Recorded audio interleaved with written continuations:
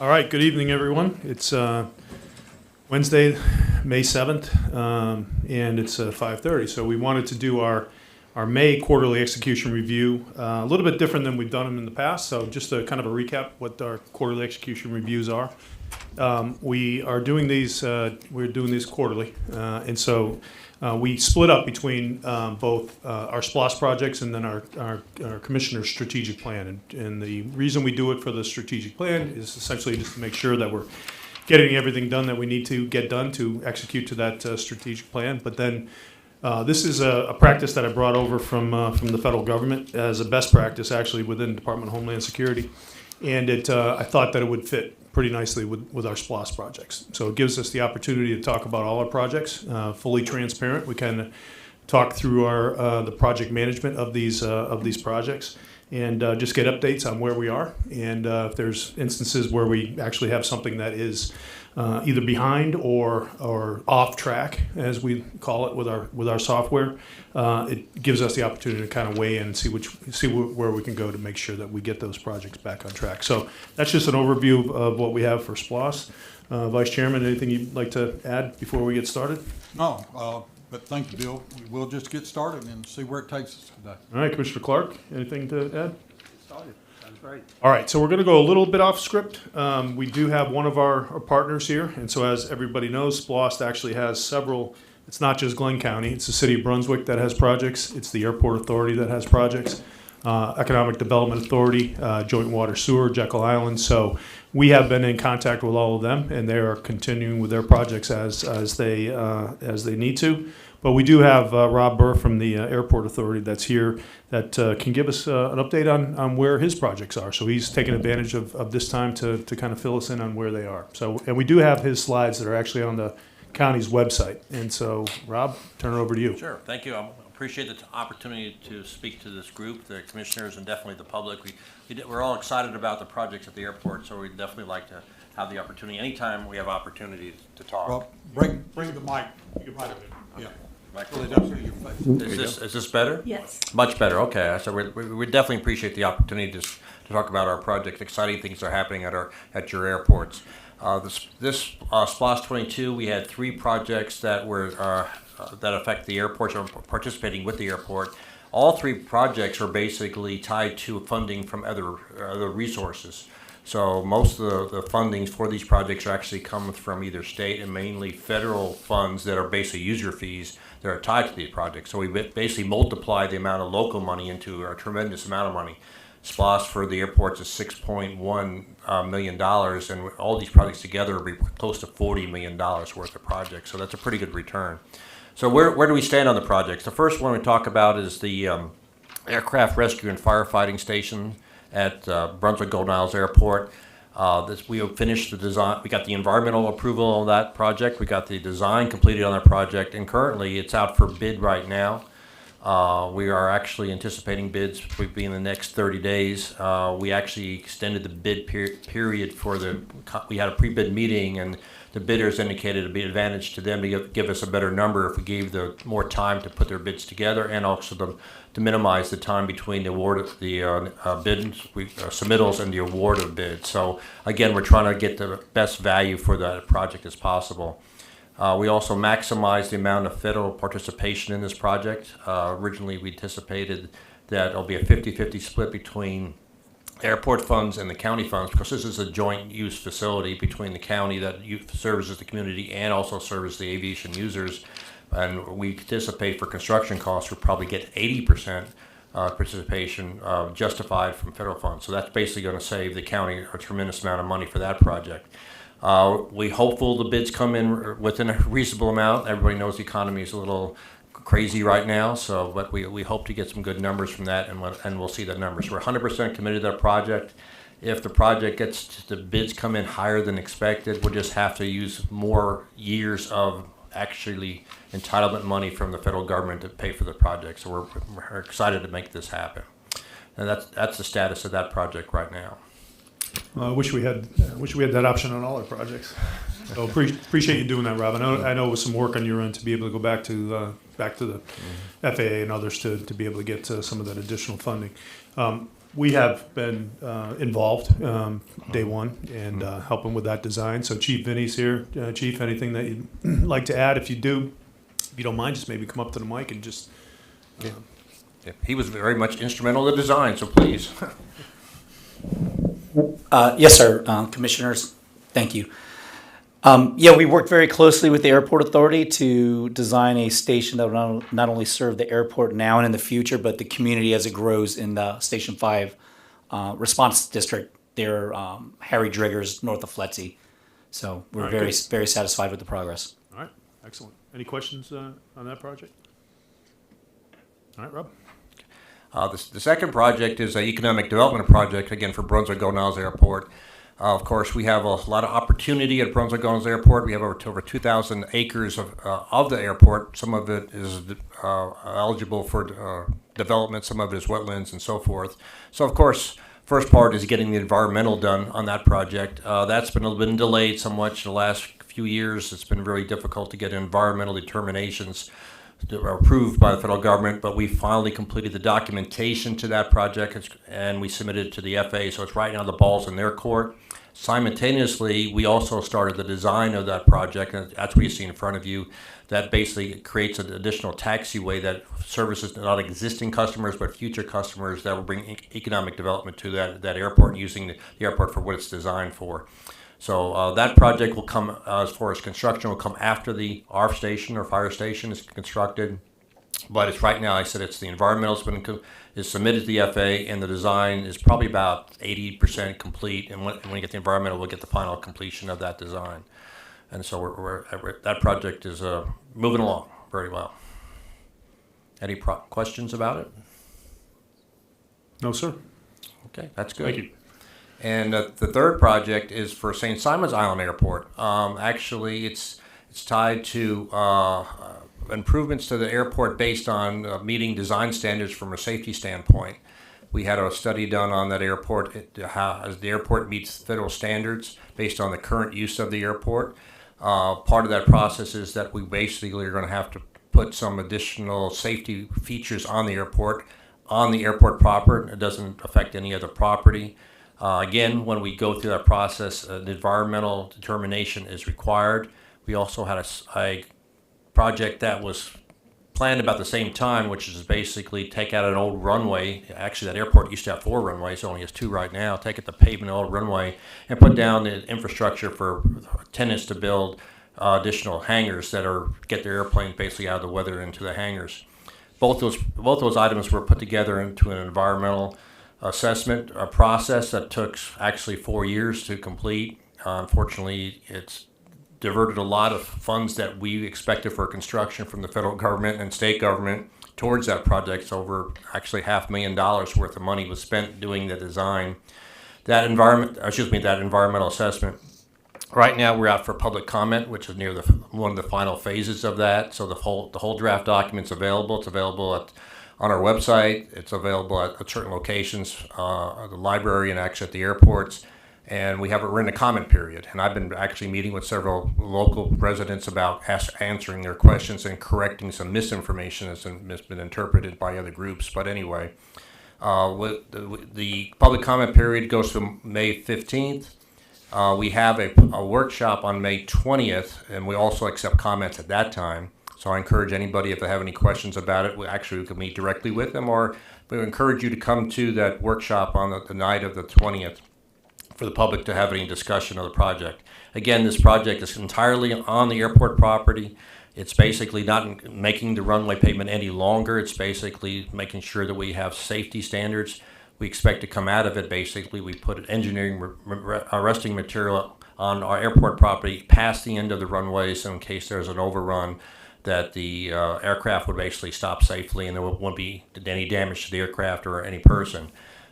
This has been used at other airports around the country, and that's been the initiative there. It's also some improvements as far as the layout, but it's basically within the proper location of the airport. Like I said, the SPOS money is only the local share, which will probably be maybe 5 or 10% of the whole project. So all that money will be coming from this trust fund from aviation users. And Rob, a few weeks ago, social media sort of went went off the deep end, maybe. Poor choice of words, but The runway. we're saying that you were going to have to acquire additional property that was going to be taken, rerouting of Demery Road and all those kind of things was on social media. But to be perfectly clear and reiterate what you've already said, there is no additional property being consumed. We're not going outside the airport property boundaries. That's 100% correct. I think what it picked up, if you read the document or if you don't read the entire document, the process is you have to look at the alternatives that what can do to make the runway safe. And one of it is to acquire more land and just clear that land. We have to go through the process to say it's not feasible, and that's what the report says. We have to look at it and we explain, and everyone here commonly agrees we're not going to close Demery Road or Federica Road. So that's the alternative, is to put this EMAS system, which is pretty expensive, but that's the alternative when you can't move roads and so forth. So people who made those comments may have not read all the way through the document, realizing this is just, you have to look at alternatives and really realize why you're not doing those alternatives. Thank you. Okay, I think that's your last project. Anybody else have any questions for Mr. Burr? I appreciate it. Rob, appreciate the partnership and appreciate you coming tonight. And again, the transparency on the projects is fantastic. So thank you. Thank you very much. All right, Jason, we're going to turn it over to you in a second. I just wanted to make one comment on just kind of where we've been on SPLOST. So when we were trying to figure out the Tier 1 and Tier 2 numbers, we had estimated that the revenues from SPLOST would be anywhere between $1.8 million a month to $2.4 million a month. And that's, over the course of 6 years, that's where you get the $133 million for Tier 1, was that $1.8 million a month number. And then the $170 million is that $2.4 million a month number. We are exactly 2 years into collections, and we're at $72 million. So we're averaging about $3 million a month in collections. And so, again, a lot of these projects are Glenn County projects, but again, there are plenty of projects that are in the city and our other partners as well. So if we continue to collect at this pace, then I think we'll be able to have some options for some of those other infrastructure needs that we actually have coming into that last year. And so one of the things that we're going to talk about too tonight is when we bring up the projects is we're going to break down the status, talk about the scope a little bit, talk about where we are, but also talk about the funding mechanism. So we want to stick to what the referendum said as far as what we're spending on these projects from SPLOST money.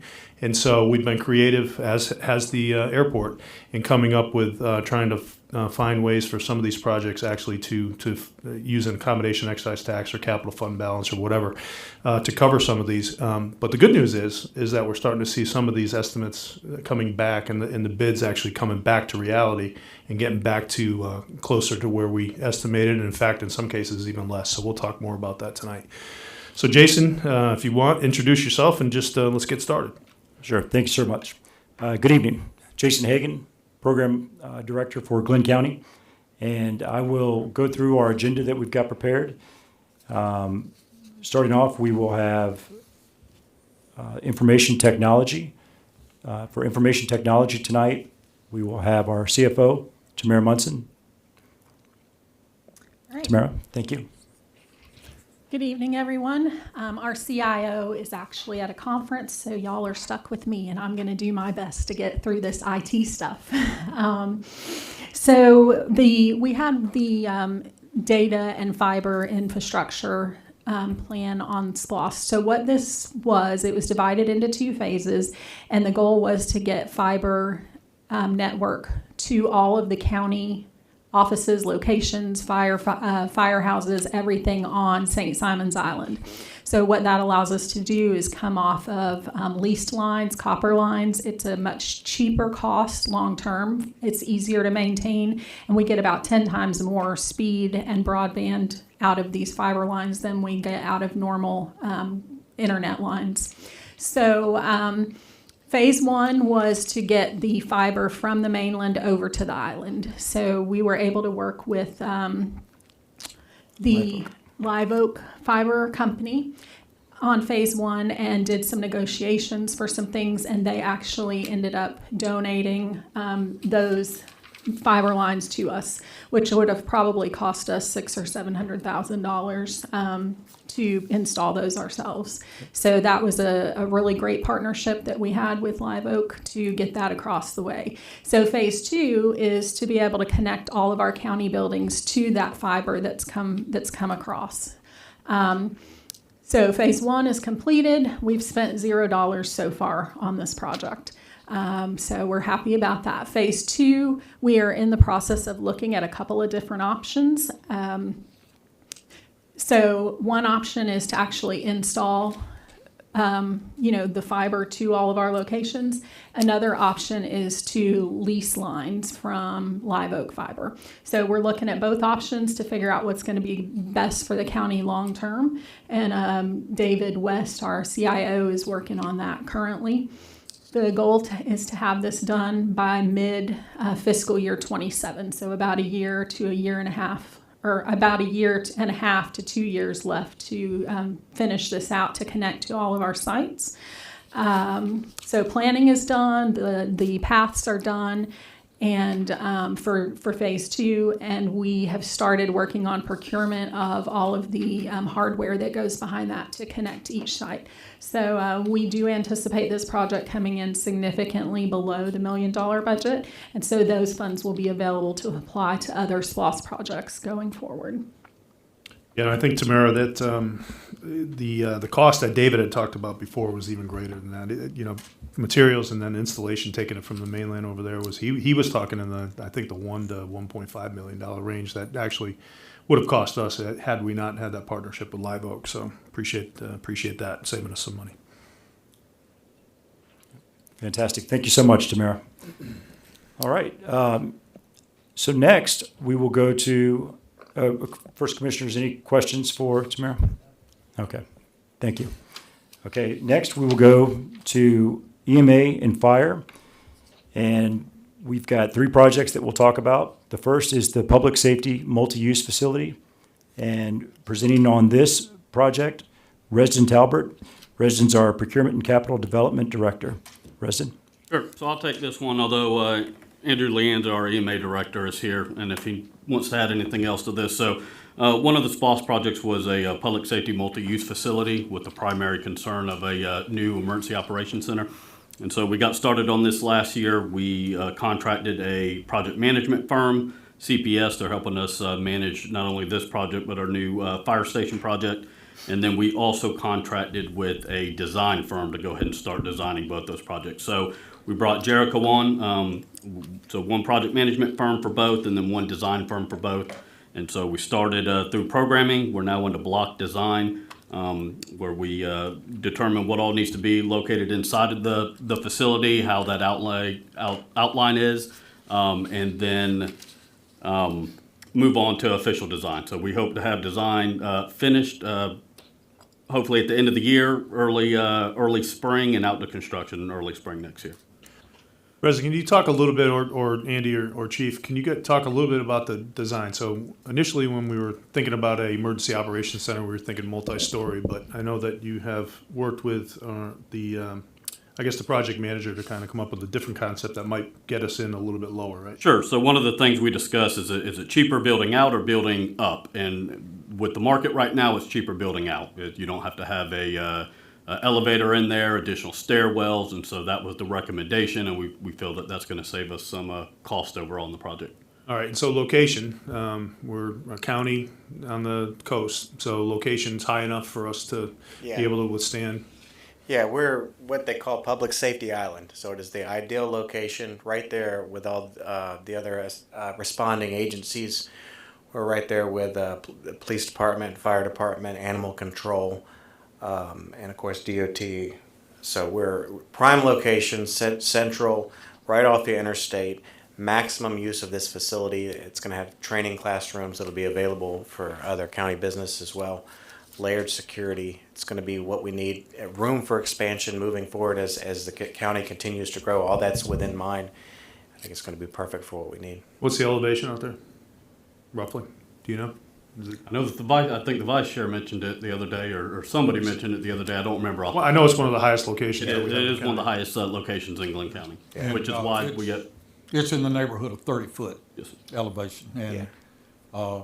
Cat 5 storm surge is estimated at 20 feet. Yeah, exactly. Yeah. Perfect. Okay. So, yeah. All right, can we just take a look at the cost? So where are we so far? So we've got a 11.6, almost $11.7 million budget. And so we are determining based on our programming what that cost estimate's going to be. So as it stands right now, this is funded from SPLOST 2022. We are looking at some additional things on that building, and then we'll kind of evaluate it from there. Yeah, and I know we had talked to our federal delegation, and they had this high on their list for potential appropriation, but didn't make it in FY for the FY 25 budget. We'll keep trying and maybe get some additional money from one of our senators or our congressman. Yeah. Yeah. Okay. Fantastic. All right. Thank you, Reston. Thank you, Andy. Okay, the next project that we've got is the Chapel Crossing Fire Station. Speaking on this, we've got Fire Chief Vinny DeCristofalo. Chief, good evening. Good evening.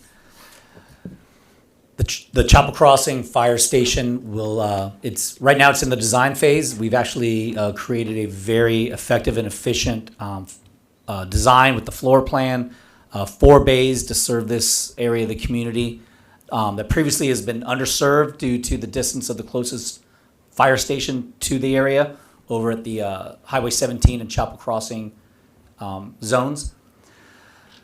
We met today. We meet every 2 weeks with the team, the design team, the project manager, the construction manager at risk to ensure that this project is staying on schedule for a tentative occupancy and responding from date somewhere around December 26, January of 27.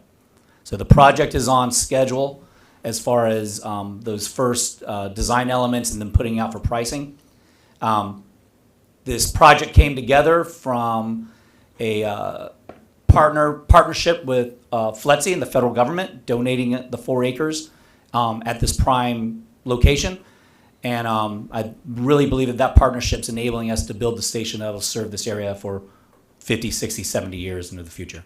Yeah, and you talked about the kind of the data that you have on responses. So this is a much needed station in a very high. Yes, sir. The response area that this lays in right now is 35% of the total call volume. And right now that's responded from Fire Station 1, which is at Community Road in Old Jessup, Ballard Park. And it's about 6 to 7 minute response time over there to the neighborhoods and to FLETC. And, you know, our standard is 5, national standard is 4. We're trying to get units in an area that can make a more effective and efficient response for the community as a whole. All right, good. And then as far as equipment goes, what do we, I know we have a few things that we've ordered and some things that you're going to probably be able to move around, right? So as far as trucks go. So anticipating at this station, there will be the battalion chief will be stationed there, a fire apparatus, and an ambulance. Okay. And the 4th bay is used for storage, or as we grow out and we see the need for another fire apparatus or another ambulance, we have the space now building for the future. As it sits right now, we already have the fire trucks and the ambulances that will go in there. So there's no real rush for that right now. Great.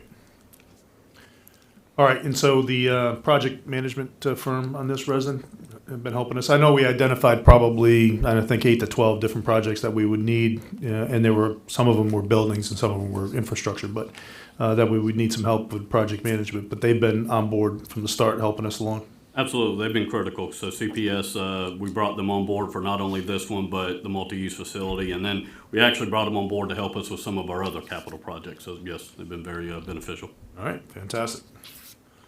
Can't wait. Yes, sir. Can't wait. Good. All right. And also, Chief, did you want to speak to some of the public safety vehicles? Yeah, so the Tier 1 public safety vehicles included a ambulance and a fire engine. We have already taken delivery of the ambulance. It has been placed in service. I believe that was like February. We placed it in service. So it's already out serving the community as a frontline unit. The fire truck has been ordered and is in the build phase. We expect delivery of that August, September. So, you know, we actually changed manufacturers we were using one manufacturer that was 3 to 4 year turnaround time for delivery. and we did some research and found another manufacturer that had a program for 10-month turnaround. And with our needs and the demands and the wear and tear that we put on our fire apparatus and ambulances, we made the decision to let's try this manufacturer out and see what kind of product we get from it. Good. Yes, sir. Yes, sir. We're happy with it. Interoperability, no issues. With what, sir? Interoperability. So No, sir. nothing They're, like that. it's a diesel enabler, engine, it's a yeah. transmission, it's a pump. Okay. So Yeah, good. fleet's prepared to deal with it. All right. All right. Commissioners, anybody, any questions for Chief? All right. Thank you, sir. Fantastic. Thank you, Chief. Appreciate it. All right. Number 3 on our agenda is Public Works. Danny Smith, our Public Works Director, is going to come and speak to us about the Emmanuel Church Drainage Project. Good evening, Danny. Good evening, Jason. Good evening, everyone. Danny Smith, Glenn County Public Works Director. This project is to improve drainage under the railway adjacent to Emmanuel Church Road. The current culverts underneath that railroad are undersized and are limiting the flow of water through that drainage system that's in place there. Currently, the project has been engineered, designed. We are in the process of undergoing review from the Golden Isles Railroad, which owns the railroad, and they requested and required a third-party independent engineering review before they were willing to allow us to work under their railroad. Our engineering firm, GWS, is currently working with their engineering firm to make sure that everybody is happy with the design and it meets their requirements. I would expect in the next 60 days, they will give approval and authorization for us to move forward. We do have all other necessary permitting in place, and at that point, we will go out to bid with the project. It's a fairly simple project, so after we go out to bid, award, it should be less than 120 days for construction. Okay, and this actually came in the kind of the bucket we had for drainage, right? Correct. Okay, all right. All right, Andy, because you've got Head Road, Ishaw Road, and Emmanuel Loop. Is all 3 of those culverts going to be replaced with bigger ones, or just the one? This project is just going to be under the railway adjacent to Emmanuel Church, so parallel to where that canal runs Yeah. Okay. through there. Okay. So that canal runs from 82 and then under Emmanuel Church and then under the railroad. So this is just to do the railroad. To go under a railroad is pretty stringent. It's a little more than going under a roadway. Yeah. So that's why this one was tackled first. Yeah, I got you. Hey. And we see this as the one that's reducing the flow the most. Yeah, I think it's, I think you're correct. It's closest point to the South Brunswick River. Yes, sir. And so it'll move more water quicker. So Yes, sir. And that's the idea behind the project. Yeah, good. And in the future, the culverts you mentioned and other culverts in that area will be upsized. Those will not be nearly as difficult because we don't have to go through as much of a design and engineering and permitting and, of course, railroad approval. Good, good. Thank you. Yes, sir. okay. Thank you so much, Danny. Okay. All right. Next up, we've got Recreation and Parks. We've got Ray Kaysen, who is our Park Services Division Chief, and Tiffany Brame. She's our Recreation Services Division Chief, and they'll be taking us through our park projects that we have through SPLOST. Good evening. Good evening. Good evening, everyone. All right, if you could just speak right into that mic. Is that better? First project is Ballard Park. It was to replace ball field fencing, demolition tennis courts and old batting cages, and construct 2 new batting cages. We've demolished the fencing, or replaced the fencing. No, back up. I'm off track. We've demolished the fencing at the old tennis courts, took out the batting cages, and we're in the process of putting in new batting cages. The contractor's supposed to pour next week, depending on the weather. All right, I know those fences are in rough shape, so pictures, we got the pictures up, they're online for anybody that wants to see them. A lot of pictures that are up there, kind of tell us the story right there. Michael, will you go back to the cost? I'm just curious on the cost on this, kind of where we are. I know, we had 300,000. And what does it look like? We on target, Jason? Right, so we've spent 190, thank you. We've spent about 200,000, sir. Mhm. We've got about 100,000 left. Okay. So what else are we going to do out there? We're looking at maybe a dog park if we got funds left, Mhm. and that'd be minimal cost, just fencing basically. Okay. Okay. All right. And then for the next project, we've got Selden Park. Okay, Southern Park, they're adding security cameras at the headmaster's house, which is already completed. It was done early on. They're in the process of designing the walking trail that goes around the whole park. And that's where we're at there. The remaining funds is $947,000 out of $965. Bill, if I could jump in for a minute as well. So with the SPLOST list as well, we had a pay and go schedule. So as collections are coming in, how we're funding projects. And so to add on for Selden Park, that was one of the ones that's going to be funded a little bit later right now, and why not as much has been programmed for that one in different place. No, that makes sense. I appreciate that. And I know that's a gem of a park, and there's a lot we can do out there. So I'm sure we got a good plan in place for what we want to do. Still see a ton of people playing soccer out there on the weekends, so be good. It's well used. Yeah, absolutely. Okay. And then the last project, I also want to invite Adam Cothran, who is our field engineering and division manager up. Adam has been hands-on with our Mallory Park drainage and parking project, and I know can add value to our conversation. Adam, good evening. Good evening, Jason. Thank you. Mr. Fallon, commissioners, staff. The Mallory Park parking and drainage improvement project, as you can see from some of the pictures in the video, what we did was we took an existing area of Mallory Park that was kind of unused. It was an existing retention pond there, and we was able to go in and install, I think, probably for county purposes, this is probably the first underground retention system that we've used here. So it was a good idea to make good use of the existing available ground out there. And we've installed that underground retention system, still being able to maintain the drainage profile out there. And we installed a parking lot.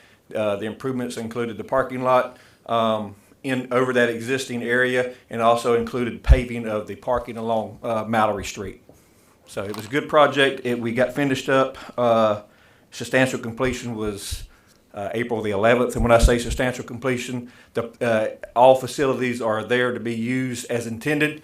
The only thing left leading out is just the grassing and the full stabilization. All that's been done, but we don't release a contract until all of that is fully rode in and stabilized. That we had the ribbon opening out there. I think many of you was involved with that on April the 29th, I believe. So this would be a good addition. Johnson Locks under Gordian completed this project for us, and it's going to be a good benefit to all the folks out there as far as the pickleball, tennis court, and tournament folks that get out there in Mallory Park and play ball. Yeah, I think it was another one that was long overdue, and it turned out great. And so the elevated parking that's out there that took that retention pond off, so it's all underneath. That's fantastic. A lot of compliments from the folks that use that, and the parents of the kids that are there, plus the other people that use that park. Now they have some defined parking spaces out there. Absolutely, and that is the prime real estate parking out there at Mallory Park. So it's a good addition. Can you just go to the cost, Michael? Just want to see where we came in. Resin? Or? Yeah, so this one we spent about 1.9 million. We had about close to 1.6 for SPLOST, and we utilized AET funds for that overage, which was about 350,000. Okay, yeah. So that's really where we were, and so we know that we had we had 1.59 for SPLOST. So good accommodation excise tax, that helps. The pickleball folks get to use it. Anybody using the park down there in the village actually can use that as far as parking and other things. So perfect. All right. So, Go ahead, sir. Anything? They have anything? No, sir. So I was going to excuse. Well, we got Ray. a public service announcement first, so Tiffany can't come up here and not say anything. So, Tiffany's been working on our Friday Night Hoops is back, so we'll do a quick commercial on that. So, you want to tell us about that? Okay, our Friday Night Hoops, that Mr. Fallon and other members of our leadership team throughout the county do Friday nights in June this year at the Glen Academy Annex. It's for grades 6 through 11. They can come and they have hoops. We provide dinner. We have a lot of sponsors in the community that have helped us out this year. So we are really happy with that. It's really Mr. Fallon's project, and we all support him. All right, well, great. So, Chief, stretch out the hamstrings. Make sure Chief DeChrist followed those too. Absolutely. All right, we'll get. Fire and police will be having our grudge match again one night after everything. All right, thank you for doing that, Tiffany. It's a lot of. It's good for the kids to have something on Friday nights in the summer. Thank you. Sure. Thank you so much. All right. We're going to switch gears a little bit. We'll ask Adam to stay, and then we'll bring up Mr. Jason Hartman. Jason is our county engineer and our engineering director. Welcome.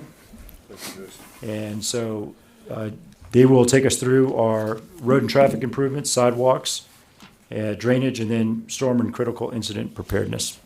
Thank you. Good evening, everyone. Like Jason said, we're going to go through various projects that we have been attacking in engineering in the 22 SPLOS here, and we've broken them into different categories. So the first category, as Jason said, would be the road and traffic improvements projects. The first one on our list tonight is our St. Simons Island Gateway and Torres Causeways Improvements Project. This project is in design and we're about 30% complete with this project. This project, we have utilized a project manager to assist us in engineering. The firm's name is Thomas and Hutton, and we have an engineering designer consultant as well. That's Moffitt and Nickel. We also have scheduled for tomorrow night.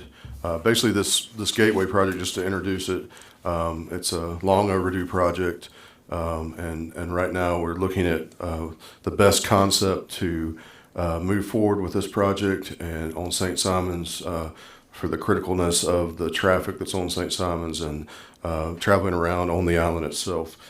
So we do have a public open house tomorrow at the casino on St. Simons. This is a drop-in style event. If you see on our website, there's not going to be a formal presentation, but the county representatives will be there, as well as our design consultant and our project management consultant to answer any questions and discuss the project at different stations at the casino. So this is a quick update on the Gateway project that we've been working on, and those are the updates for that. If there's any questions. All right, so we'll talk more about that tomorrow. Yep. Yes, sir. Okay. So the next one on our list, we do have quite a bit of projects in construction right now, or that we've been wrapping up, completing construction, and that's why, as Adam was introduced here shortly a little bit ago, he's been overseeing all these projects in construction with his team in the field as inspectors, and he's been solving problems in the field and issues and getting things resolved from construction. So a lot of things I'll hand off to him for construction updates, but I'll introduce each project briefly and then give a quick update on where we had our construction on certain one of these projects. So next one on the list is our Canal Road Glencoe Roundabout project. This is the SPLOS 22 project where we're if you see from the photo there, you can kind of start seeing the circle of the roundabout, how large that's going to be. The project basically is placing a roundabout at the, and here's a video that kind of can show some progress that we've been making out there. I'll let that run, and we can watch that for a moment here. This is coming from like the Glencoe North Glen Park area and heading back towards town. There's the restaurants, some of the businesses that are there on the left.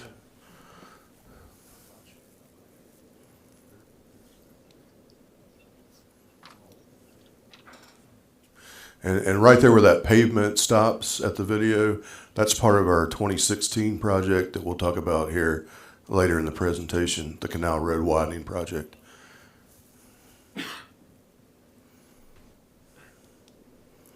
But I'll turn this over to Adam to kind of give an update on where we are for construction on the roundabout project itself. And if we have any questions, we'll be glad to answer those.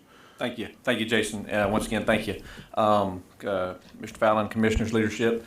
As Jason said, this project is under construction. It came under the construction contract price was roughly about $9.9 million issued to Curb and Gutter Professionals, who's been working on this project since June of 2024.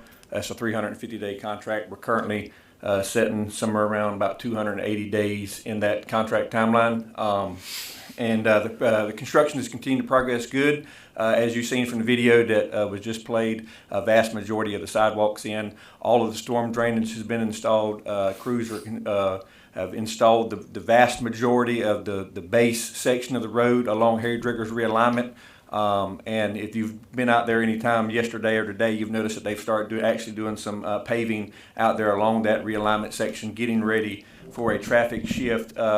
As you can see by looking at this picture that's here, as you can imagine, as you continue that roundabout, that circle, that roundabout, part of that roundabout is going to be under the existing intersection and roadway. So once we shift traffic, once we're able to get that point, we've been coordinating with Georgia Power, AT&T, Live Oak Fiber, and getting those utilities relocated out of the way. And once we're able to shift traffic onto the new sections that are being paved with the binder, we'll be able to get to work on those sections, and you will see this project really, once we shift that traffic, you'll see this project really start to move very quickly. But this project is going to be a vast benefit to the community. It's going to increase the movement of commerce and people through that area. It was a dangerous intersection. So when we're done with this, later this year, late this summer, this will be a great improvement to the community. But construction's going well. There have been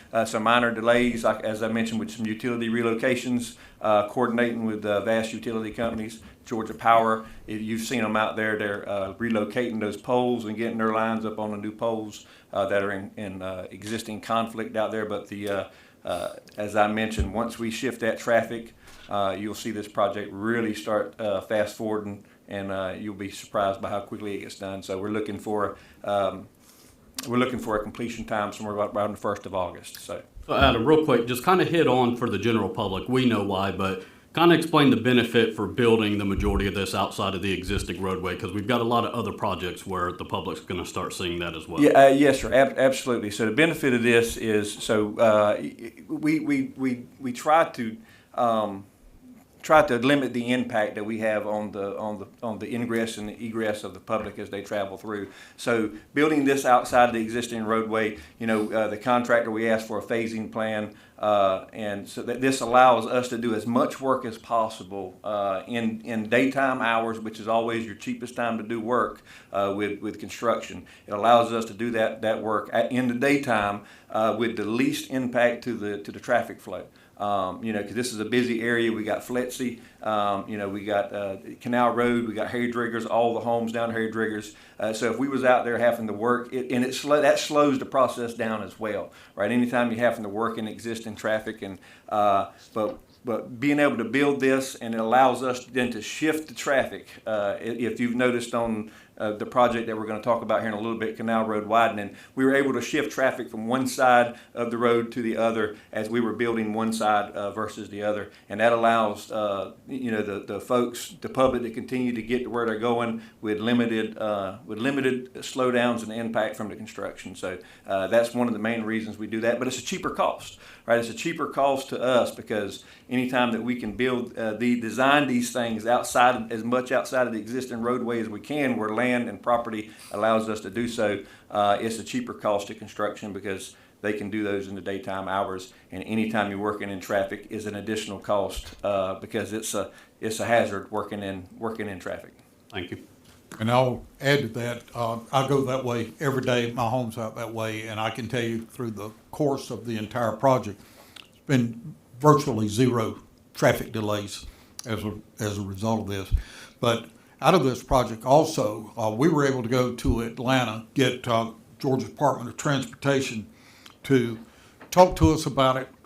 We went up through our consultant and through our local legislation, Senator Hodges and Representative Townsend especially went with us to these meetings along with our consultant, and we were able to bring back an additional $4.2 million that helped with this cost of getting this project in. So we're grateful to GDOT for being aware of our area and for investing with us for the improvement. That is a very dangerous intersection, the way those two streets come together out there, and a lot of traffic comes through there. So it's a good project. I saw paving going down in this offset part of Harry Driggers yesterday. I'm sure they did some more today, maybe Yes. before it started raining.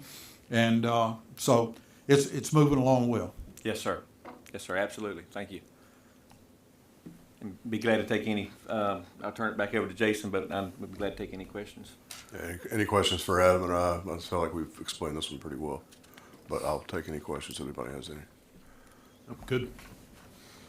All right, we'll move on to the next project, which is our resurfacing of roads project. This is a project that we have every year, as Commissioner Neal was talking, Chairman Neal, Vice Chairman Neal, about GDOT.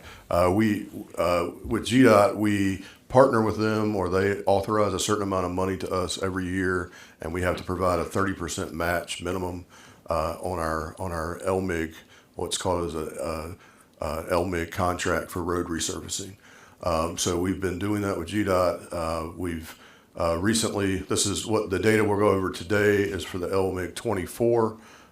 We have just about completed the LMIG 23 with the exception of a couple roads that are hanging out there. The 24 is going to be completed here in June, July-ish, around 2025, and then we will start our 25. That's going out to bid, and we have a list of roads. So if I didn't see a lot of people here from the public, but if there are anybody here from the public today, we'll be happy to discuss with you after this if your road's on the list or if you've had it recently paved, how you feel about the road. But we're tracking all this with Michael here. He's listed out each individual road for the 24, and citizens can log on to this and look at their road or when they're anticipated to be paved or resurfaced and when it's going to be completed. And then there's status updates on the right side. So we're trying to track every road so a citizen can log on to our website here and take a look and see when their road's anticipated to be paved and what the status is. So this is something that the Achieve It software and our website has really done a good job with to highlight these things. So with that, one thing I'd like to highlight from the 24 LMIG is our need on Old Jessup Road. At December of 24 last year, a portion of this money was allotted to help resurface Old Jessup Road from the Crispin Kate area to the Walker Road area. And that I know I travel down that road every day to get to and from work, and I've definitely seen we basically widened that road by a couple feet and then resurfaced it, and it definitely feels better to me traveling in. Nice smooth surface, and that was one of the highlights of this 24 period that we did. But I'll turn over to Adam now on the current progress we're making on the 24 on roads on the island and also on the mainland for 24. And Jason, if I could jump in Yes, sir. there, part of that Old Jessup Road improved the turn lane from Old Jessup onto Canal. That's right. And that's helped alleviate some of the backup that we get there during peak hours, and that was a good addition. Yes, yeah, that's correct. We added a better paved area for turning onto Canal from Old Jessup, and I use that quite a bit to travel, make a turn there. So that worked out really well, and I appreciate the contractor implementing that. So, Absolutely. Adam will give an update on the 24, the rest of the 24 roads as we stand right now. Thank you, Jason. Yeah, as Jason mentioned, 24 Lemig, just like the other Lemigs that are out, and just to follow up back on the 23 Lemig, the only reason that we have a couple roads that are still out is that a couple of those roads were in the Brunswick Villa area that is currently undergoing that Brunswick Joint Water and Sewer Commission Water and Sewer Improvement Project, and so we've you know, we're going to pave those roads once they get done with that work. Obviously, we didn't want to do that and then come in there and tear the roads up after we paved. So so that's the only reason the 23's still got some roads out there. But the 24, all roads on the mainland have been completed, and the contractor will be mobilizing this coming up week over onto St. Simon's Island to begin work on those roads identified on the list. If you had the list, you can see many of them's the numbered streets, some of the numbered streets over there in East Beach neighborhood. Peachtree is one of the big ones that's being addressed here. I know that was a big one as Broadway was on the 23 Lemig last year. But as Jason mentioned, you know, and I just want to highlight, you know, how much the widening that was able to be done on the Old Jessup Road in this Lemig. I'll take a minute to tout the Lemig. I don't know if all the folks at home, you know, this is really the biggest right now impact that we as the government can give taxpayer dollars to the citizens. You know, go out there and resurface their road in front of their house, improve their ride home back and forth every day. You know, so these LMIG funds are, you know, they're put to good use. Glenn County has a good road management program, and then to highlight that, as Jason mentioned, the 25 LMIG is currently out to bid. That project that bid will open up on June the 5th, I believe it is. And we'll review the bid, you know, whatever bids that we receive there. But we also have received bids on a roadway assessment project that will allow us to assist us better improve, you know, how we address our roads in the LMIG contracts. But as far as construction goes, this project is anticipated to be completed by June 15th with the remainder of the roads on St. Simon's Island. We anticipate an underrun on this project. So, you know, it's been a good project, good construction, and it's a good benefit to the community. And Georgia Asphalt Producers, Jay Hires, is the contractor that's doing this work for us under the 24 LMIG. Any questions about the LMIG? Nope. All right. Good work. Thank you. The next, and this kind of piggybacks onto the next one we're going over, is Old Jessup Road improvements. As I talked about, we did some improvements. Michael, if you could just keep it right there on that diagram. So the thing in the orangish color, segment 2, 3, and 4, is what the LMIG just addressed in December of 24. The SPLOS project that we're going to talk about now is the Old Jessup improvements, and it's what's in red, segment 5, which runs from Walker to Scranton Road. I apologize. So basically in that section, we're looking at putting some sidewalk on one side where it's permitted, and then on the other side, ditch improvements or pipe improvements, some curb and gutter, basically improving that stretch there because that's a really good hub to connect different paths and infrastructure, and there's really a need to fix that area. So that's one of our SPLOS projects. And I guess a quick update on that. We're still in design on this. We're getting very close to the end of design, looking to have this final design package by the end of June of this year. The critical path with this will be some land acquisition that we'll have to take for easements, et cetera, and some utility coordination because the road is very tight out there. But once we get the design completed and the plan in place, we can put it out to construction. But that date is June, end of June 2025. Michael, will you pull up the financial on this? All right, so we'll talk to this a little bit, Resin. Are we on target for this, or we anticipate we're going to need a little bit more? No, I believe we're going to be on target or very close, and so that's why we kind of broke out the different segments and we focused on the worst segment of Old Jessup Road and then tackled those other segments under the LMIG. That way we could kind of focus on the most critical needs on that roadway. Yeah, I do think the widening it has really made a big impact. It doesn't look like much, but driving that road makes a big difference, I think. It feels a lot different. Mm-hmm. Okay. All right. Well, if we don't have any questions about Old Jessup Road, we'll move on to two other roads. We're actually, the next project is called McKenzie Drive Improvements, or McKenzie Drive and DePrater Lane Improvements. And basically what we're doing here, as you can see from this diagram, McKenzie and DePrater do not currently connect to each other. And on the diagram on the right, this was our concept plan, or what turned into our main plan here, where DePrater Lane and McKenzie Drive connects. There's a couple schools, Sterling Elementary School and another, I think it's Jane Macon Middle School possibly, is back there as well. And then we have a GDOT facility that we had to coordinate with a little bit on modifying their facility a little bit to help make this project happen. This project is now under construction, and here's a short video, and then I'll let Adam give an update on where we are at construction on McKenzie and DePrater.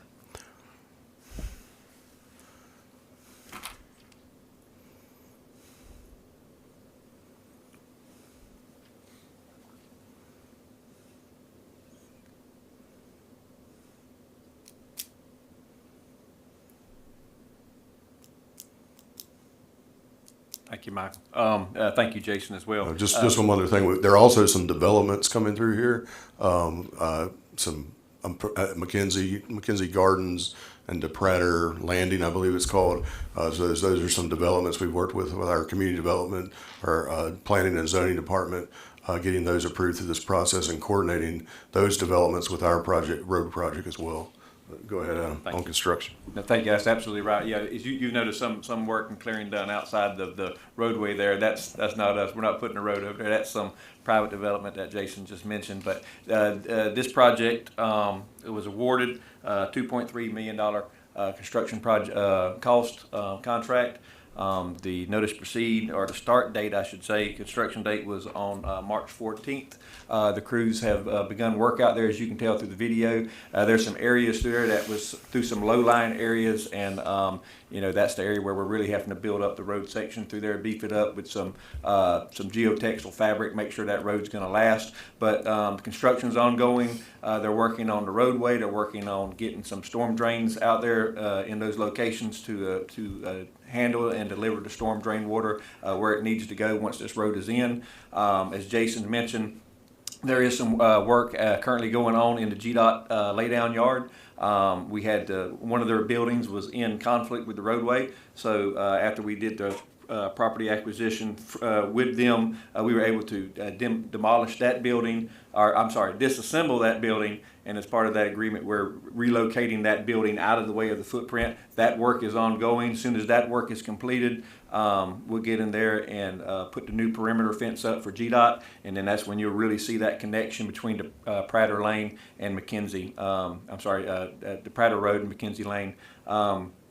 But this project's going to be, we're also coordinating, let me back up, we're also coordinating with Okefenokee Electric. There's some power poles out there along the Prater Lane that are currently in conflict with the roadway. So we're working with them to get those poles relocated out of the new roadway. But this is going to be a good project that's ongoing. We intend this, the timeline for this project pushes it out past the school timeline, but we talked with the contractor. They're gonna work diligently as hard as we can, spare any delays, outside of our their control or our control. Going to try to get this done as quickly as possible. We're aware of when school goes back in.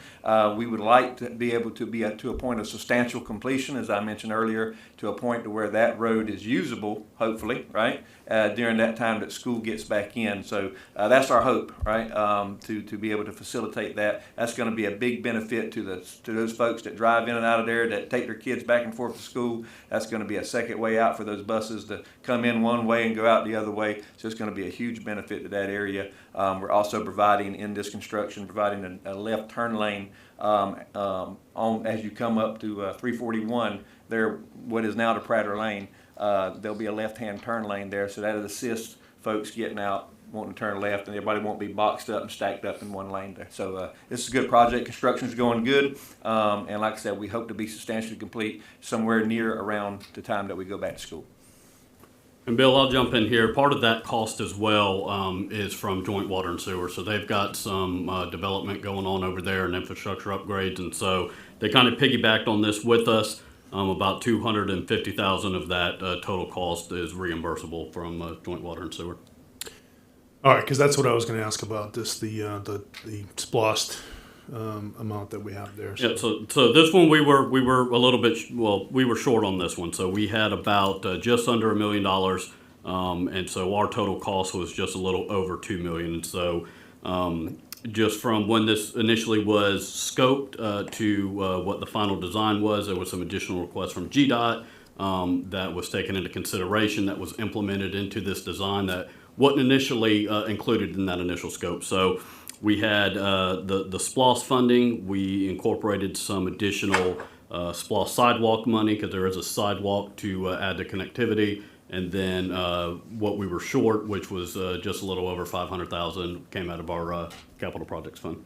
All right, can we explain that in the notes? I just want to make sure it's clear, because what we had on the referendum for this was 990,000 for Mackenzie. So it says here, just on there, it says SPLOST, 2022 is a little bit more, but it makes sense. I agree. I think that's the best way to go about it. So we have some SPLOST sidewalk money that was added, plus JWSC added some funding as well.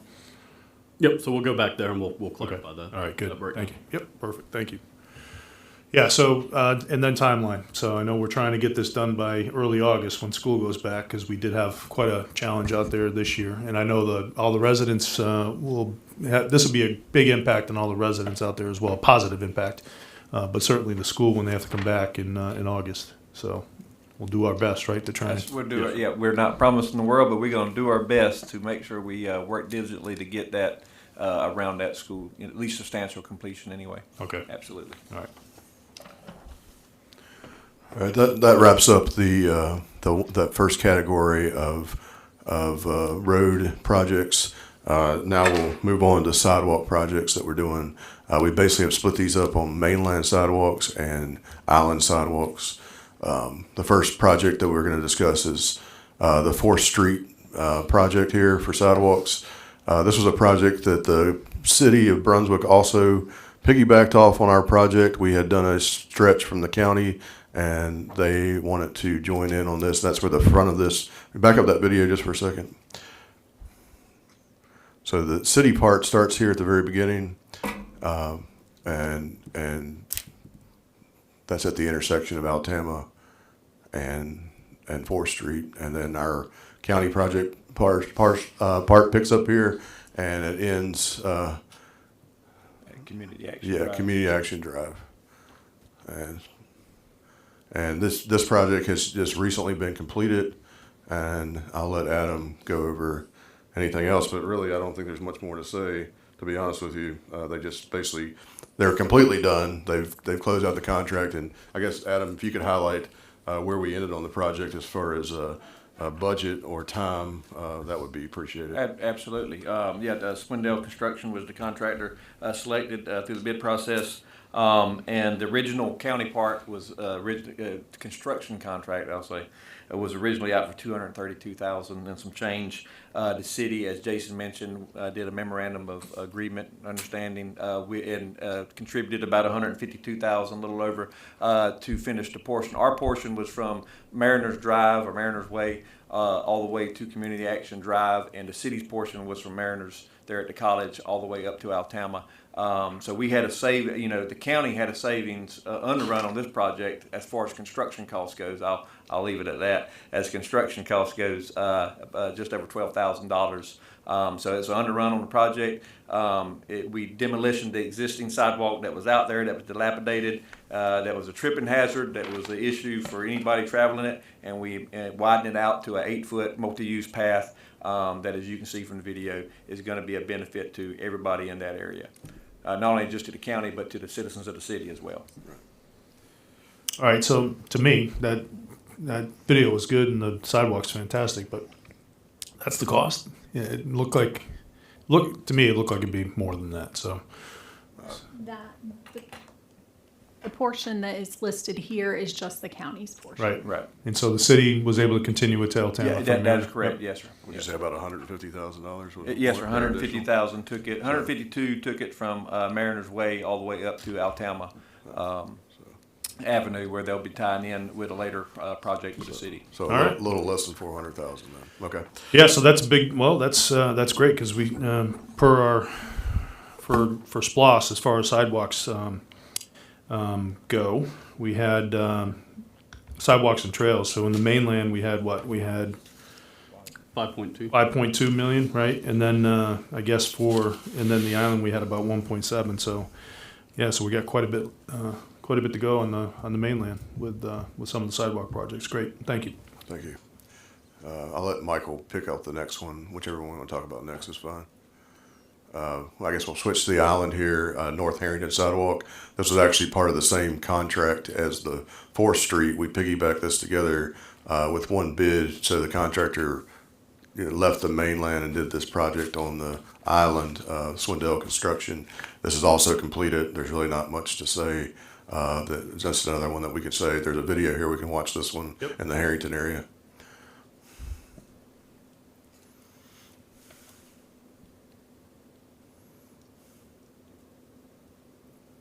And this project was a well-desired project for that area, taking it from Harrington Lane all the way up to Frederica. So we value engineered this project to try to get it within the cost that was set up.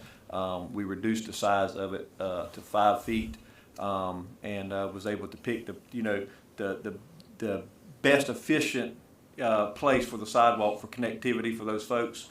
We was able to underrun. Construction went well. It went better than well. It went real good. The neighborhood was very kind and very appreciative of that sidewalk going in, and we was able to underrun as far as construction costs on that project, just over $16,000, or a little bit more, closer to $17,000 for construction costs underrun on the budget. So that's a success in the construction world as far as we're concerned, and it's good project. It's definitely a benefit to those folks out there.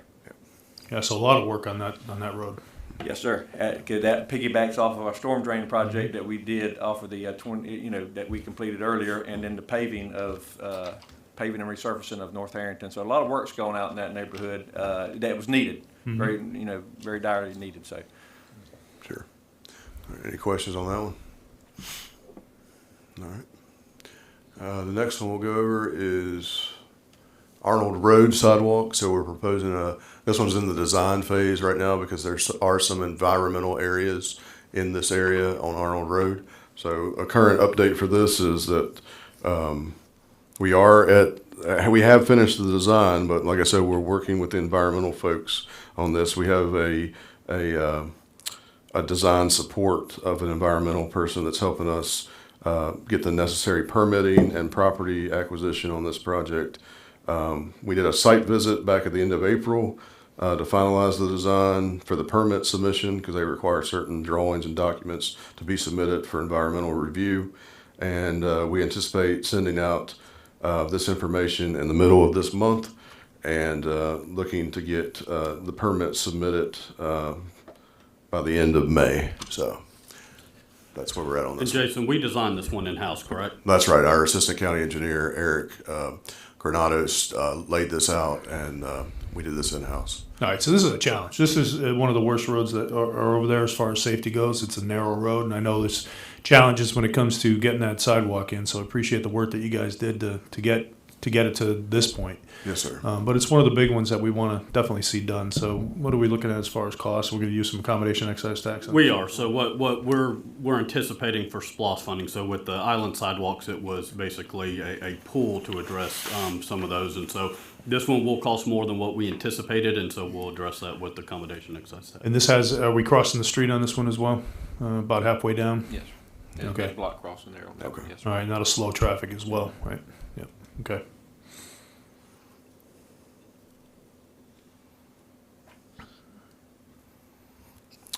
Jumping back to the mainland, we've got the Scranton Connector sidewalk.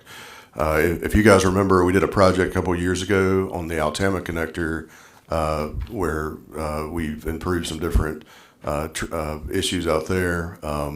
So this sidewalk will pick up from that point at the Altama Connector and wrap around on the Scranton Connector. This is also in design. We're about 90% done. We've been coordinating with the design engineer on this and on the submittal process, and basically We're looking to have the final comments and plans back. We've got some feedback from utilities out here. Final plans are anticipated by May the 23rd of this month. And then as soon as we do a final review, we'll put this one out to bid for construction and get on this one as another sidewalk that will be on the mainland here. Michael, can you enlarge the photo just so we can see where we're talking? It's Grant Connector, right? Yeah, it basically, I think the YMCA that's over there on the Scranton Yep. connector, that would be, I think, around the limit of where it's going to possibly stop, and then it connects all the way down to where we stopped the work where the Walmart was on the Altama connector, the construction that ended there a couple of years ago.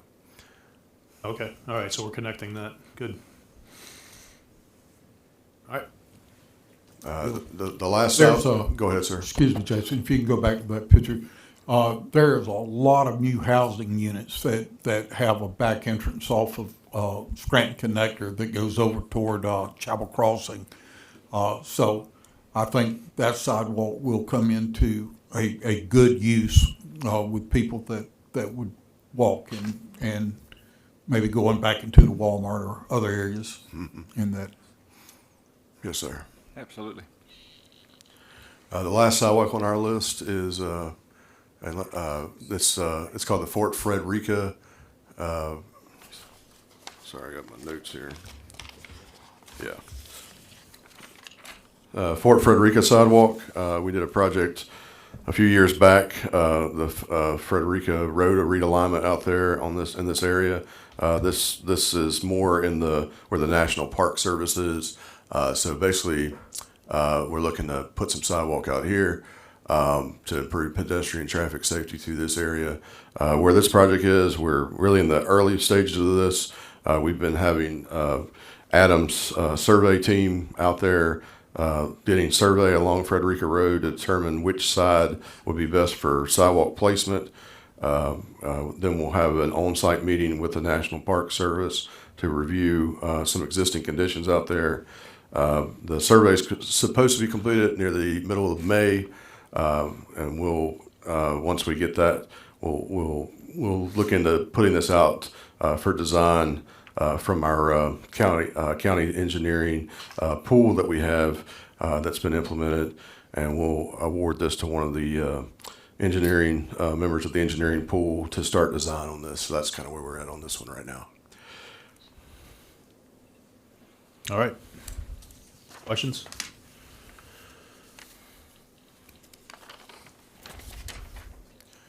The next category on our list is a drainage improvement project. This was something that Public Works kind of started off with, and then now that we're doing construction, Adam's team has picked this up to oversee the construction. So this one's called the Honeygall Pinnock Area Ditch Piping. It's a project that adds ditches and piping in this area.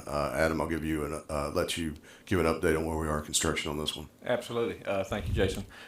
This was as Jason said, this project it started out in Public Works, but it was an in-house design, so we was able to save that funds there. It was in-house. So the existing 48-inch pipe that's out there now that handles a lot of that drainage from the west side of Pinnock Road, between Pinnock Road and Old Jessup Road. This pipe was failing, collapsing. It had some sinkholes that was already impacting the neighbor and his ingress and egress into his property, and it was really restricting the flow of water, stormwater through this area. So this project, it was let me get my number here. It was $491,000. We did some value engineering. We did, we had originally looked at using some concrete pipe, but we had a bid come in. It was higher than what we was anticipating. We was able to do some value engineering. We decided to go with HP Storm, and that's what we're installing out there now. So with a lower price of $491,000. And the contractor is he's working out there now. It's a deep system, so it's it comes with its heartaches of getting down that deep, but the contractor is moving forward with progress. It's a 100-day project. We anticipate the project to be completed within the next 50 days. Wow, good. Questions on that one? Good. Next category on our list here is storm and critical infrastructure. This is This is called the Shoreline Protection Plan. This is like a phase 2. It's also known as the Johnson Rocks Project. We did a phase 1 of this years back.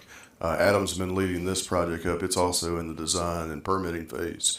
Adam, just give us an update on this one. Absolutely. So this is phase 2, as Jason mentioned, from phase 1. Phase 1 handled everything that was in the public right of way. This is handling everything that is adjacent or to public property or along private property. As Jason said, we selected a design firm last year, Geosync Tech, to do the, and this is, they're linked in with the same group that actually did phase 1, so that was a benefit, you know, that they came in where they did. It was a benefit to the county and to the project as a whole. They've been working on design and environmental permitting. Environmental permitting has been turned into the U.S. Army Corps of Engineers and the Georgia Department of DNR Coastal Resources Division. So they're going through that process for review. We hope to have those back soon. So we do have a good feeling because some of the same folks that worked on phase 1 for this same project are actually some of the ones working on the permitting for phase 2. The plans are, for all intents and purposes, 100% complete. Just got to do a final review on their final submission.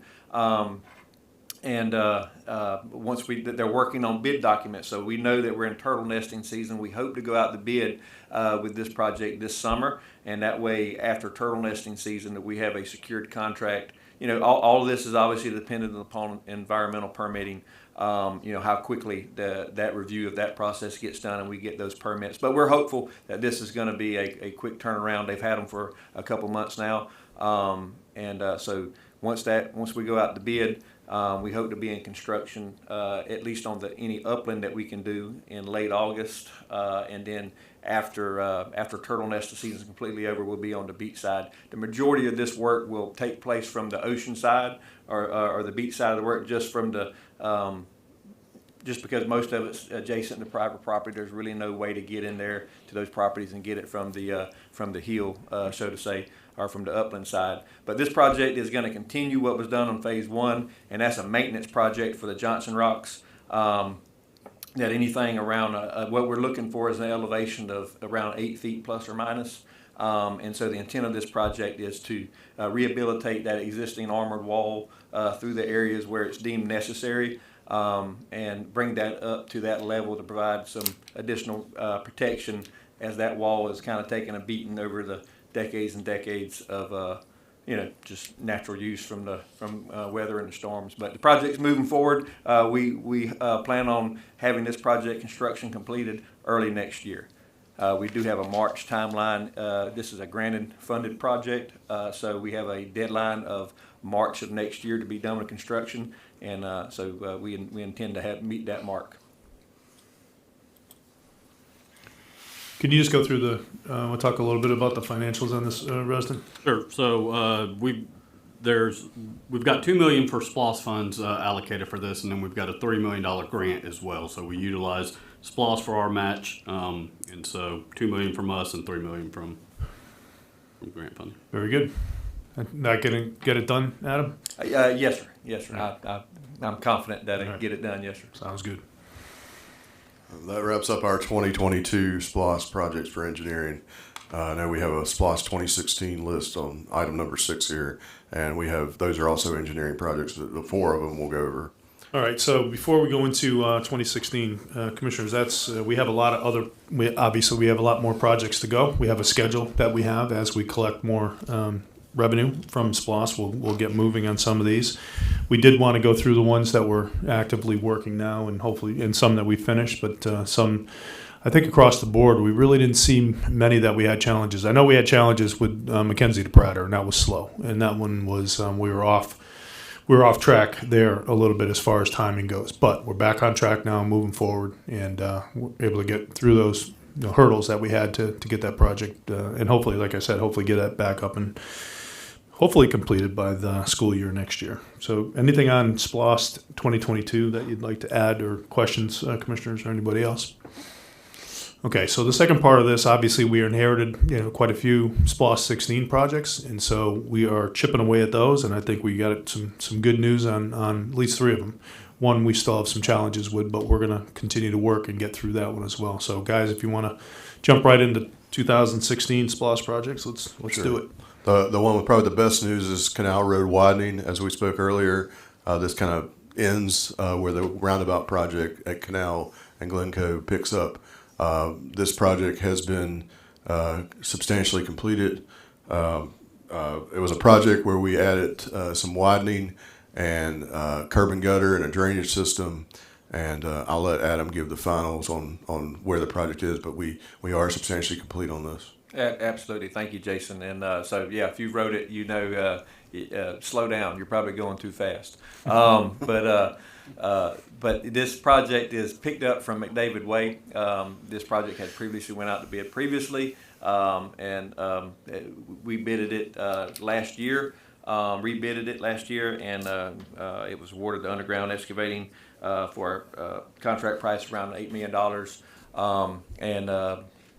Well, about the third week of April. So the point of this project is we added 2 additional lanes and a center paved medium through here. We accounted for all the drainage. This is going to greatly increase the movement of people and commerce to this area as development is just continuing to grow and just continue to increase through this area. This is going to encourage that type of development through here because it's going to make folks be able to get from A to B a lot quicker. But the project had its own struggles. There were some utility conflicts. But the contractor did good. We minimal impacts. I know we had a box culvert there that we had to replace, but as Commissioner Neal just mentioned, traffic. I will applaud the contractor. I will applaud my inspection staff, our engineering team as a whole. We kept traffic moving through that area during this project, and it's good to see it completed. It's substantially complete now. Final striping, thermoplastic striping, was to go down this week. Don't know with the weather right now with this rain whether that's going to happen or not, but the only thing that lacks is just full stabilization. We're working through some punch list items with them. Some minor things that we'll make sure it gets done before we completely close the project out. No, this project was a success, and that's one we can knock off the 2016 SPLOST list. And Adam, you said that sometimes Adam projects out cost. You said this one, it looks like it's going to be a savings as well. Yeah, yes, sir. Yeah, I'll this will be a projected savings.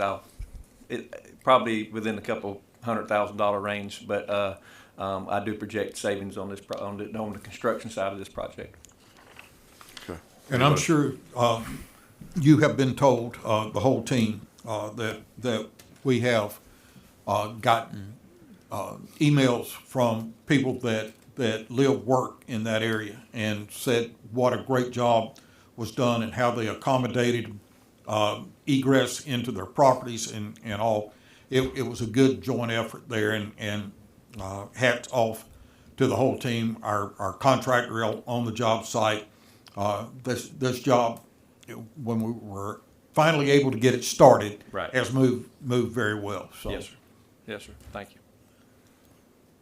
It was a team effort, and so you brought up team. I'll just take this minute and just the inspection staff, along the engineering team as a whole. It takes everybody, but we got good folks out there. They work hard, and definitely any accolades go a long way. So thank you.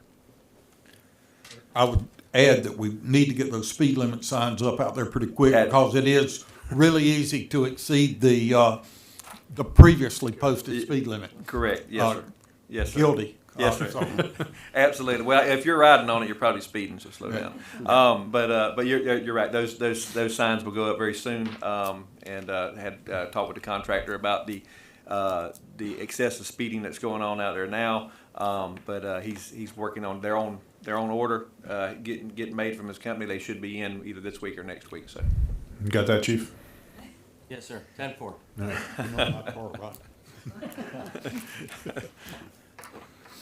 All right, the next project on our list is the Dungeness Drive extension. This is a good diagram that shows, that's outlined in red, kind of the limits of the project, but this is along Dungeness Drive off of exit 29 where the BP, Burger King, Subway, Starbucks, and across the road you got your Waffle House and Dunkin' Donuts there, or Dunkin', what it's be called now. But so basically this is going to be another outlet point to help some of the congestion out there off of exit 29 in this Southport area. We have started construction out here with a contractor, which is a victory. This is another one that's hung around for a while. I'll let Adam give a quick update on where we are at construction. Absolutely. Thank you, Jason. This project, construction project, around close to $790,000 for this project. And the notice proceed, we had some property acquisition we was working through. Notice proceed was issued, or the start date on April 21st. The crews have already got out there and completed the clearing and grubbing, and stripped off all the grass through that area between what you was looking at there, between Southport Parkway and the end of Dungeness Drive there. And they'll continue to work forward. We're coordinating with Georgia Power on the relocation of some light poles out there. That should be coming in the next probably 3 or 4 weeks, get those out of the way. But the contractor is going to continue to move forward, working on getting the area in between Dungeness and Southport built, and then you'll see them creep into more. You'll see a detour. It's like we got a good video here we can watch. Also, that sometimes a video goes a long way. So absolutely. So as you're looking there, this is the end of Dungeness Drive there. And you see those tire tracks next to that building right there? Did y'all see those? That's the road out there. Before we get this road in here, that's the road. That's where people take a shortcut from Southport Parkway through that. Yeah, pull it back, Michael. See that area? They go down that driveway and they go right alongside that building. And I mean, that's constant. I mean, people know the shortcut, right? So what do they always say? Build your sidewalk or your road where people are already using, because that's the shortest path, the best path. So that's what we've done here. So that's going to make traffic and folks being able to get in and out of those school areas, it's going to bring them directly to this red light. It's going to be a safer and a more efficient path to get in and out, instead of going all the way down and back down. I can't even think of the name of the road now, but Martin Palmer, and then coming back up to Dungeness. It's going to be a more efficient, more efficiency getting folks moved in and out of that area. And this is a 120-day contract. There will be a detour set up when construction shows the need for it. And so we'll have detour signs coming up, but it'll be after the school year, and we hope to have this project completed, substantially complete, before the start of the new school year. This is a project that we have worked long and hard on trying to accomplish, to alleviate some of the congestion that was coming back into the traffic light there at Dungeness with all the turns there. But this is going to help Stilla Marsh Elementary and the people bringing their children back into there, the school bus traffic.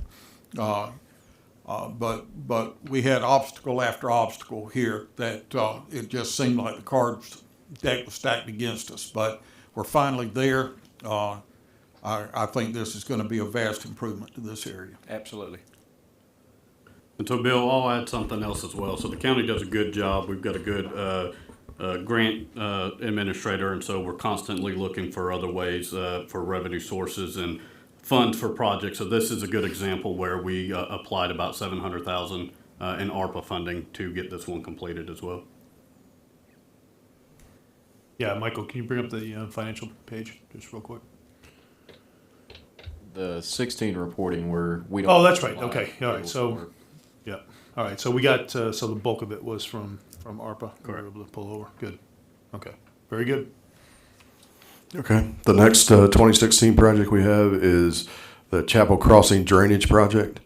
This is a project that addresses drainage in the Chapel Crossing area where Fletsy is. There is going to be some drainage that's diverted to the Fletsy area with some piping and ditching to help some of the drainage downstream.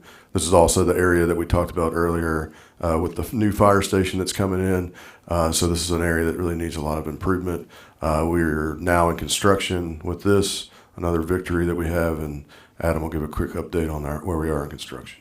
Thank you, Jason. Chapel Crossing Drainage Project, with notice to proceed was April 1st. It was awarded to Reeves Construction. Can I say formerly known as Seaboard? Can I say that? All right.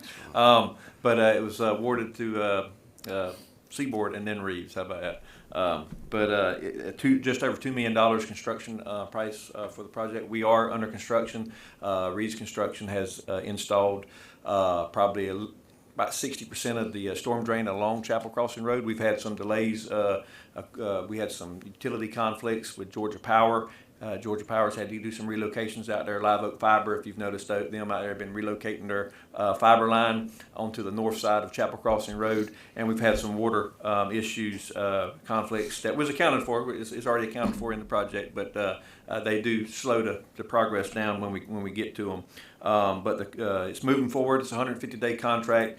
We anticipate this project being done beginning of September, end of August, beginning of September. As I mentioned, as Jason mentioned, this will improve the drainage. So what we're doing is taking that, giving a contingency plan for the drainage along the Fairway Oaks area. So in the event of a large storm event, this water has a second way to go.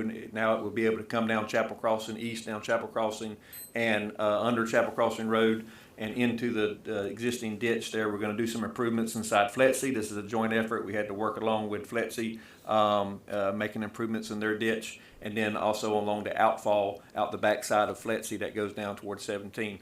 So this is going to be a big improvement. It's going to alleviate any potential flooding in a standard big event. Give that water somewhere else to go in the event of a large storm instead of going in the back of people's houses and yards. But construction's good. Everything's moving along. As soon as we get Live Oak hopes to have their utility relocated next week, and you'll see them out there moving forward with the water line relocation. And as I mentioned, end of August, beginning of September is when we hope to have this project completed. Great. Good. The last one on our list from 2016 is called Hornet Drive South Palm Drainage. This addresses drainage across the road there. We've done some coordination with GDOT. The issue with this project is that we got it through design, but haven't been able to get it through construction. We looked at some different grants and different ideas on how to complete this project. Right now, we're just kind of awaiting any notification about the grants, but that's kind of where we're at on this project. All right, so this is one that is we want to get done, and we're going to get done. It's just a matter of being able to fund it. And so back in, I guess, 2015, early 16, when they were putting these projects together, it was a different world back then cost-wise. I'm not sure what the scope was, but we want to scope it out and actually solve whatever the issue is out there. So we'll keep working. I know you mentioned our grant writer, but I know this is one that we've really been hitting our congressional representatives on, both at the federal and state level, to try and get some assistance here, and we'll keep working at it. But we will get this done. It's just a matter of finding the way to get it funded. That's all the 2016 projects that we have from at the county for engineering. Okay. I hand it back over to Jason here. All right. Thank you so much, Jason and Adam. That was a great update. Really appreciate it. And so that concludes the presentations, the project updates. And now, with your permission, sir, we can open it up to public comment. All right. Anybody from the public want to make any comments? Any questions? Okay. Do you have any questions? Well, not on this. This all sounded good, but you mentioned a while ago the Friday night hoops. Yeah, I can. If we can chat after. Sure, we can try it. Yeah. Maybe get word out for some more. Absolutely. Yep, for sure. But other than that, it's all sounded good. Okay, thank you. All right. Well, real quick, I just want to recognize our Glenn County GIS department. All these videos and pictures that you saw, those guys are out there doing the drone footage and the pictures, and they do a great job for us, so really appreciate that. And so with that, it concludes our presentation, and thank you all for coming out. All right, so we'll just a couple things. So I know we got a lot of work to do. A lot of good work has gone in so far. So as you can see, this is total transparency. There's a lot of projects. The next QER that we have is going to be on the strategic plan. That's going to be in August. And then in 6 months, we'll be back to talk about the SPLOS project. So in another 6 months, I think we'll have a lot accomplished then. Have some of our other projects started as well. So we're chipping away and making sure that we meet the schedule that we put out as far as all the projects go. But resident Jason Michael, thank you for managing all the projects. Everybody is working hard on those, but they're also working hard at putting it into Achieve It so that we can actually publish this, and so it's out there in the public. So, like I said, total transparency. Everything's out there. You can look as much as you want on the projects and see as much as you want. And so, just want to go back too. So one of the things that doesn't get mentioned is a lot of work that the commissioners do.